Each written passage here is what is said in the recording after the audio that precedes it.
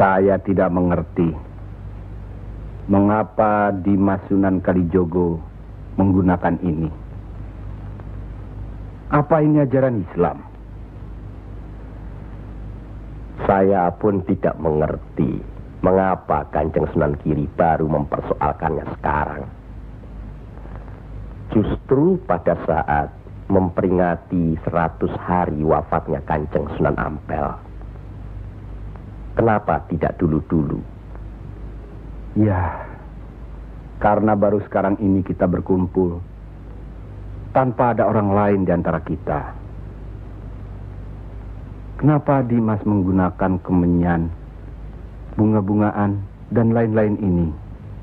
Bukankah Rasul menganjurkan agar kita selalu rapi, bersih, dan menggunakan wangi-wangian?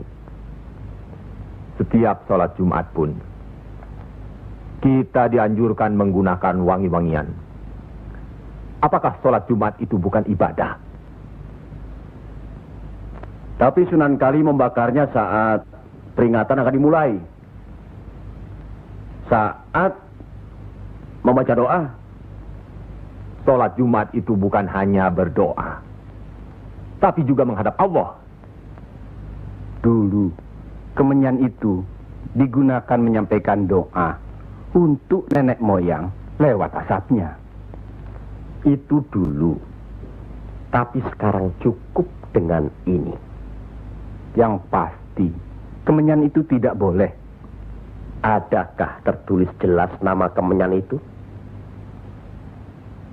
Adakah penjelasan atau kejelasan mengenai jenis, bentuk, atau nama dari wangi-wangian itu?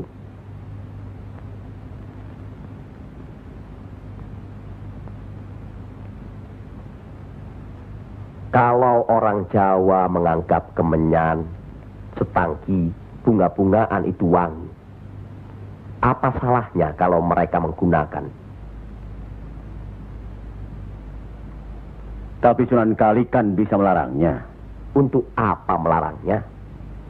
Untuk apa kalau cuma membuat mereka tersinggung dan kemudian kita tidak berhasil mengislamkan mereka? Memang Sunan Kali lah yang selalu lain cara pendekatannya kepada rakyat. Tidak ada cara lain Kanjeng Sunan Giri selain mendekatkan hatinya, sentuh perasaannya, sesuaikan dengan kebiasaannya, yang kemudian setelah mereka merasa cocok, sesuai, lalu kita rubah sedikit demi sedikit. Bukankah kesemuanya itu telah kita musyawarahkan terlebih dulu? Tapi ingat, janganlah merendahkan martabat Sunan, wali, dengan berpakaian mulung seperti itu terus-menerus. Kanjeng Sunan Kudus,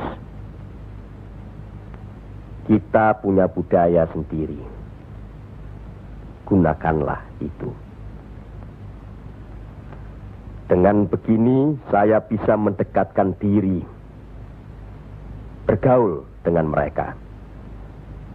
Tidak ada jarak antara kita dengan mereka. Ada sambung rasa. Lagi pula iman Islam seseorang bukan terletak di pakaian, tapi di sini. Yang penting bersih, aurat tertutup.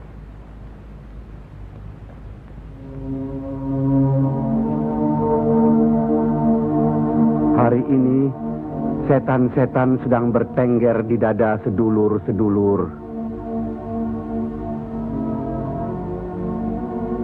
Lupakan firman Allah. Kalau ada perselisihan di antara kita umat muslim, kembalilah pada Al-Quran. Kenapa sedulur-sedulur lupa? Kenapa?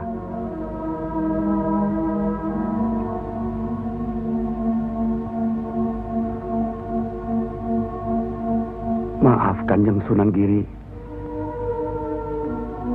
Semestinya hal ini tidak boleh terjadi. Apalagi Kanjeng Sunan sebagai pimpinan kami di sini.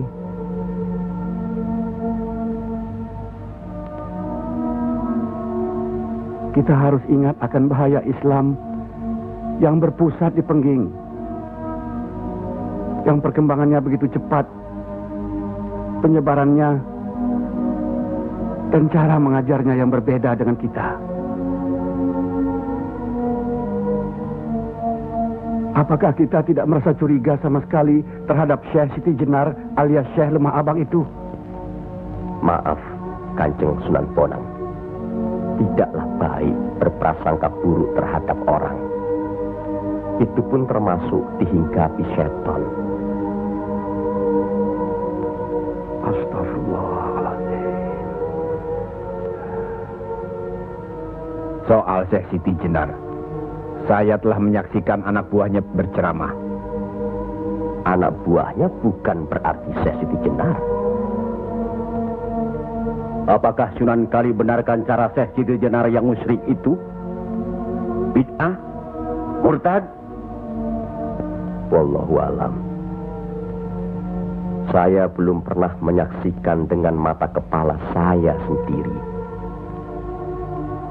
Menurut Imam Ghazali, melihat lebih baik daripada mendengar. Saya rasa benar Kanjeng Sunan Bonang. Hari ini setan-setan sedang bertengger di dada kita. Maafkan saya, Kanjeng. Sama-sama, Kanjeng. Maafkan saya. Maafkan sama-sama. Maafkan. Maafkan saya, Sunan. Kanjeng Sunan Bonang. Sama-sama. Sunan Muria. Maafkan. Maafkan saya. Maafkan Kanjeng Sunan Kali. Alhamdulillah. Maafkan Kanjeng Sunan Kudus.